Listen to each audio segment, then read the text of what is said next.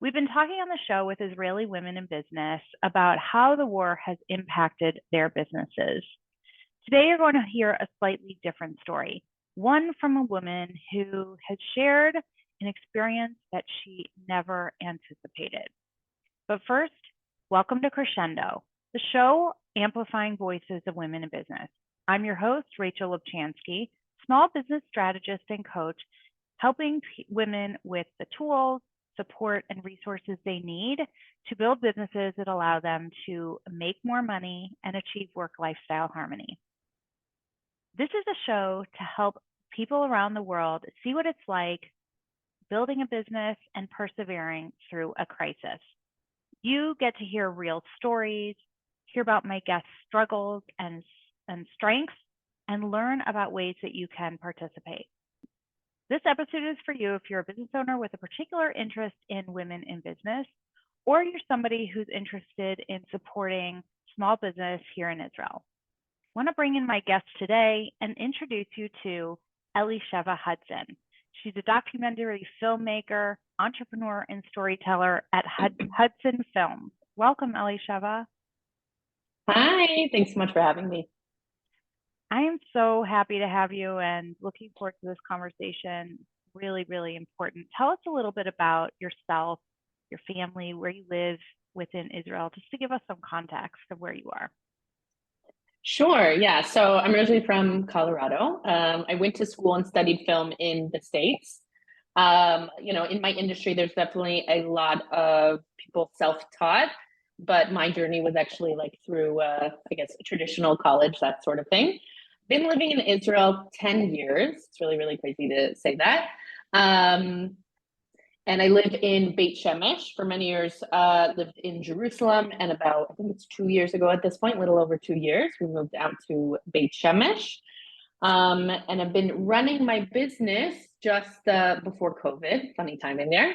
I've always really like worked in my industry to some extent. When I first came to Israel, I worked as a video editor at a company. And so that was like, I was really grateful to actually still be working in my industry, which is not a simple thing when you move here. Um, but at the time, really just video editing, no other part of production. And after a certain amount of years, I really started missing filming and working on different types of projects.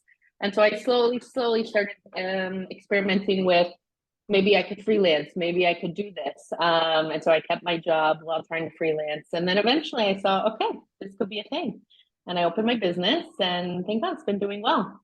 Amazing. So that part of the story sounds pretty familiar, right? Like a woman with several kids who wants to have a little bit more probably time freedom and also dig deeper into the more fulfilling parts of the work that you do.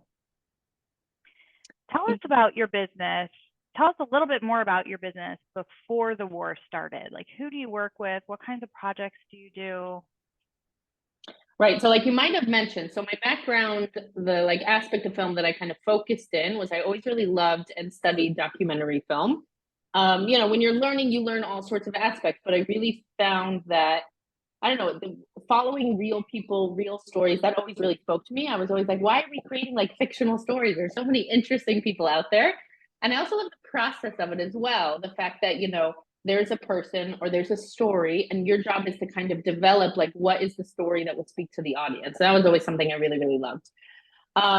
So when I first kind of opened my business and went freelancing, I think like many people, and no matter what they do, I was like, let me just take money for almost anything in film. And so I did all sort of like just promotional, whatever people would pay me for, I did. And then after a while, as I was meeting with people trying to develop like the direction of my business, trying to decide, do I become more specific, kind of dawned on me like, I do have this background. I do have this niche, this thing that I love, documentary. I just never imagined that I would be able to make money from it. In my mind, it was like, I can either do documentary stuff for free or with my own funds, or I can do stuff that makes money. And I never imagined that there was a combination. And it was this very like black and white type of thinking that I had. And like, it's not to say that I'm all the time only doing like passion projects or anything like that. But what I've managed to do over the years is kind of create this documentary style promotional video, where it all stems from what is the story that's going to speak to whatever the client's audience is. So it's something that I love doing, but at the same time, it still makes money and it's a valuable product and a service to people who want it. So that's really like the journey I've been on with my business. Yeah. Okay, there's so much here that we could talk about. I mean, this idea of bringing together our passion projects, um, especially in something like documentary, which maybe people see as more artsy, or I don't know, and Mm-hmm. like the idea of, I don't know if I can make money doing that and make the money that I need to support my family, right? And how do we put those things together? I always love sharing those stories because I think so many people question their ability to figure out how to do that. And I, in my role over the last 7 years of supporting women and launching and growing businesses, have seen this time and again. But there's definitely continued this continued belief that that is so hard to do. So I love that Mm-hmm. you shared that piece of your story. Okay, so take us back to October 7th. That's when the war broke out in the most horrific of ways here in Israel. And I understand you weren't even in the country at the time. Now, I've talked about this on the show before that during the holidays, a lot of times many people take off time to spend with their families. So this wasn't even a time that you were anticipating working. But October 7th happened, and we were all getting ready to go back to work. What happened for you during that time? Were you able to go back to work? Did you make it back to Israel right away? What was your story there?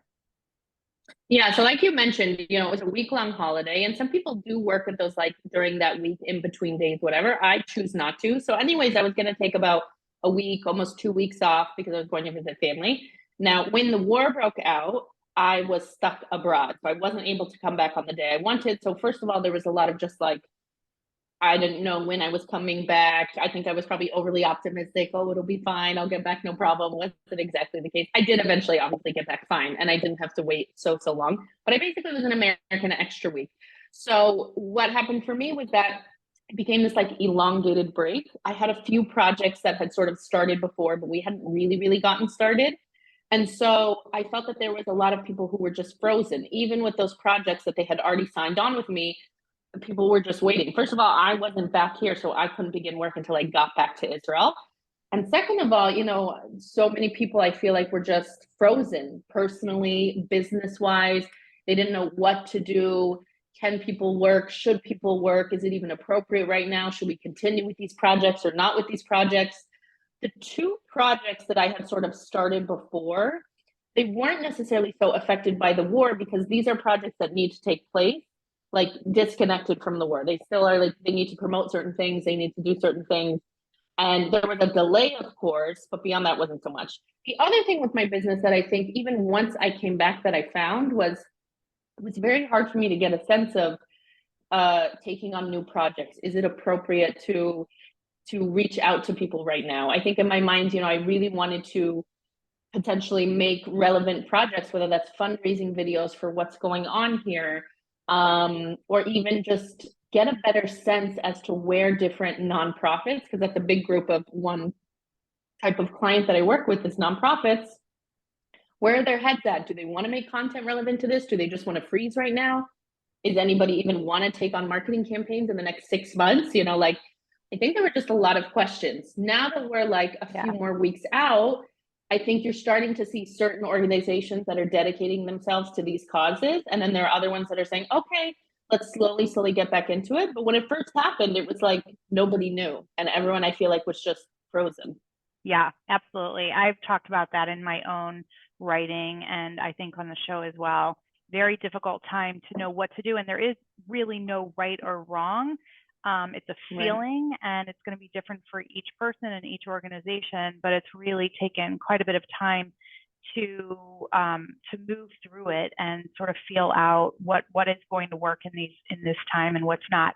Now, this is a show about finding your authentic voice. And I think that there's so much here in your story of being able to get to that place of sharing, of finding, exploring, and sharing your authentic voice. You moved forward, you decided to move forward with some, I guess, your own content, creating videos, reels, and things with the theme of, you know, bringing awareness to the war. Tell us about the first reel that you put out.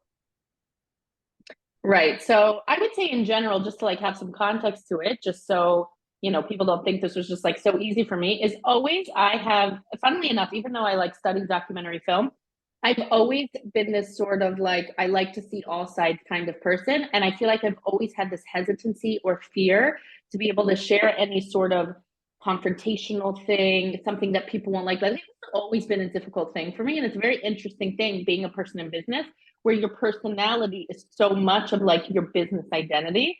So something I've always struggled with. And as much as I push other people all the time in my business, like be authentic and be you, but at the same time, it's hard in at certain times for me to do that for myself as well. So I feel like we just all like have those to like give you that taboo. background. Yeah. Yeah, totally. I'm glad you added that. We all have like these taboo topics, I think for Right. many of us it's like politics. We don't talk about politics in our work, or I Right. don't know, it might be something else. Yeah, so that's the context that you're coming in with. So you're already Right. So that's like me. And thinking about this is how to put going yourself on. out there in a way that's not going to be totally comfortable. Right. So then the war happens, and then I come back, and I find myself with like a few days of like, it's not time to work on these projects yet. I don't have new projects coming in. And I'm like, I should just make something. Really, like, I feel like looking back, I should have made a lot more videos with my time, but okay, whatever. So I'm sharing lots of things and I'm posting lots of things. I decide one morning, like, really quickly, I put together something not super professional, but just like as quick as I can. It's a short video on Instagram, whatever, about the hostages. So I open up with a few pieces of footage of different protests that are very anti-Israel, a little bit violent, a little bit angry from the pro-Palestinian side, and then transfer into this just like a montage of specifically the kids, the babies and kids hostages, like how soon the world forgets. And then at the end, show all the other Israeli hostages that are there. This really just felt like a no-brainer. It wasn't a matter of politics or this side or that side or anything like that. Like I just felt like it was something I had to say and something I had to do. And I put it out there. And okay, so maybe I was a little bit nervous, but to be honest, most of my account anyways is like a business account. So I'm not having a ton of people from like way other backgrounds or, in my life before, but I have a variety of friends, maybe from like growing up. I grew up very differently than like the way I am now, let's say. Lots of different people, lots of different backgrounds, religious, not religious, like left wing, right wing, all that sort of thing. And it was amazing. Like it really started getting a lot of likes. It got some comments. Of course, it got some, like anti-Israel, pro-Palestinian comments, but that's to be expected. I didn't honestly even care about that because I feel like they just spend their days like trolling the internet for things they can disagree with.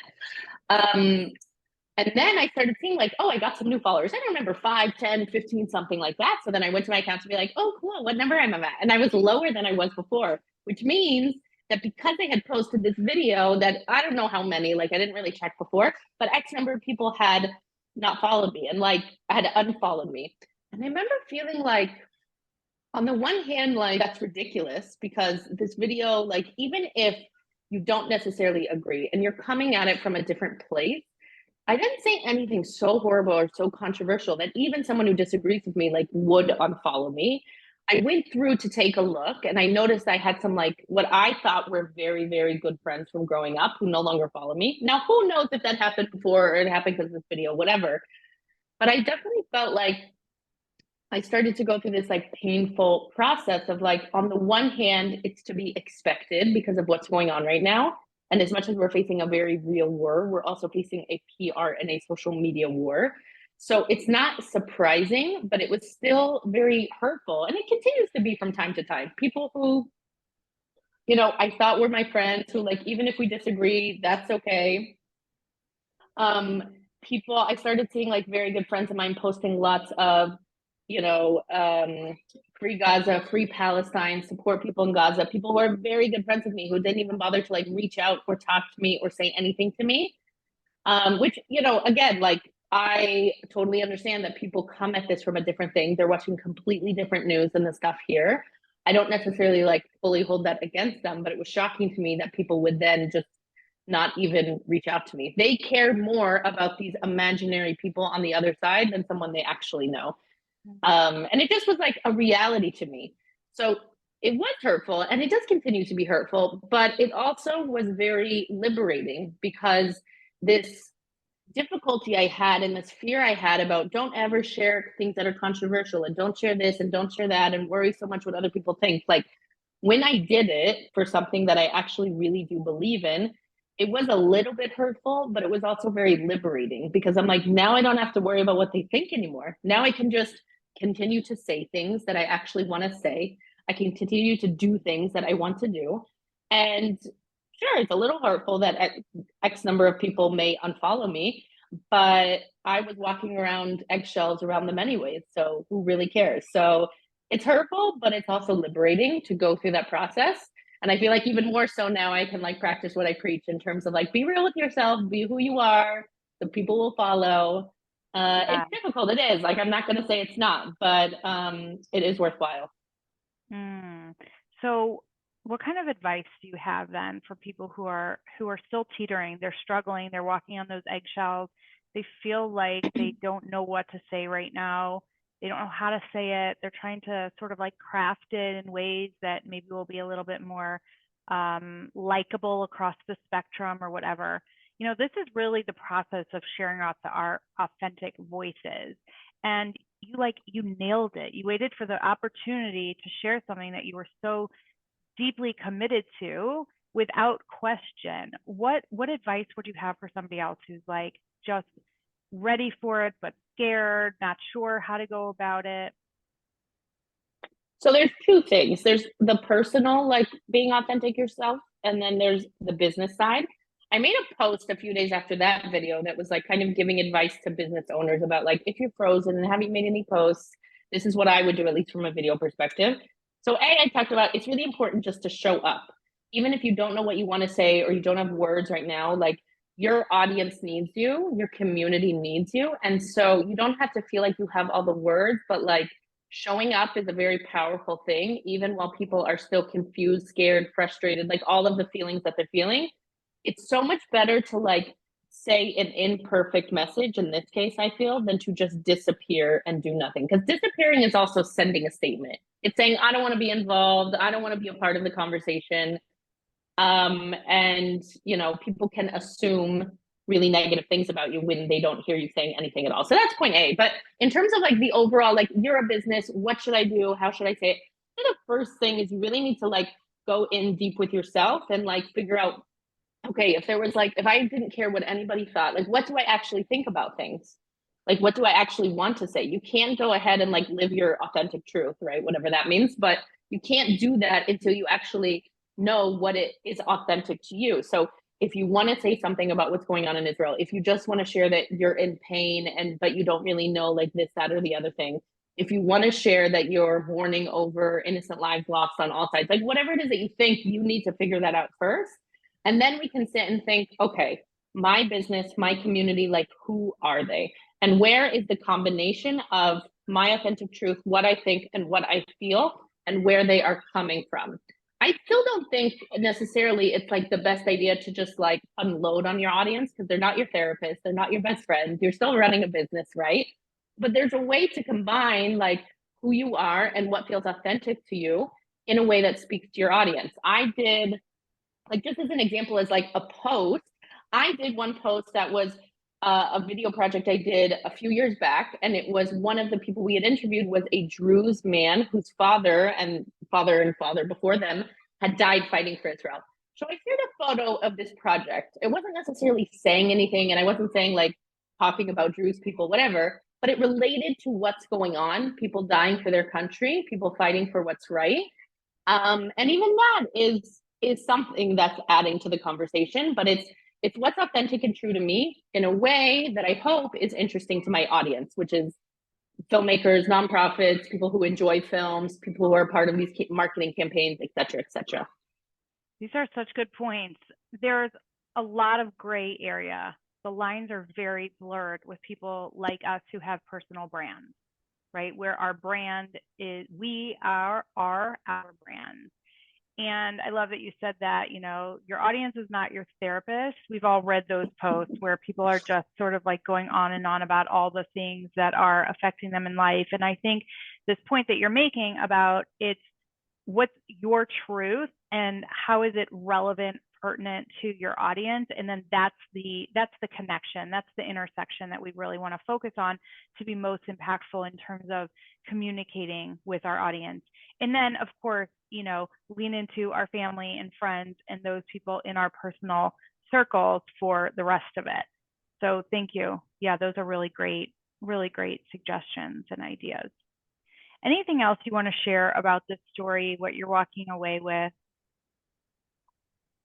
I don't know that I have something specific. I think that it's very interesting to me because, like I said, I have always sort of struggled with like saying the right thing and doing the right thing and caring what people think. And, I think that these are important things that have led to some positive interactions. And obviously it helped me build my business. Like these are positive things that I have.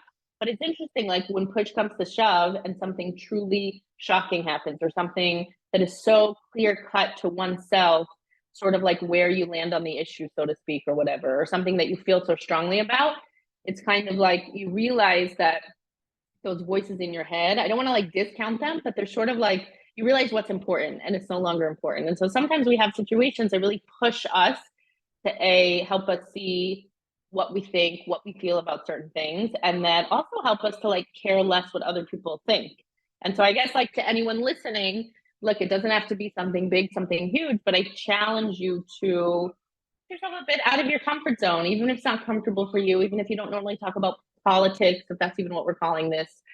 These are things that are affecting all of us. And even if your audience is not entirely homogeneous, even if they're not just in Israel, I think it's important for them to see that you are still a human and there is a human aspect to this. And as long as you are a person experiencing it, you have something of work to share about what's going on. Absolutely. So well said.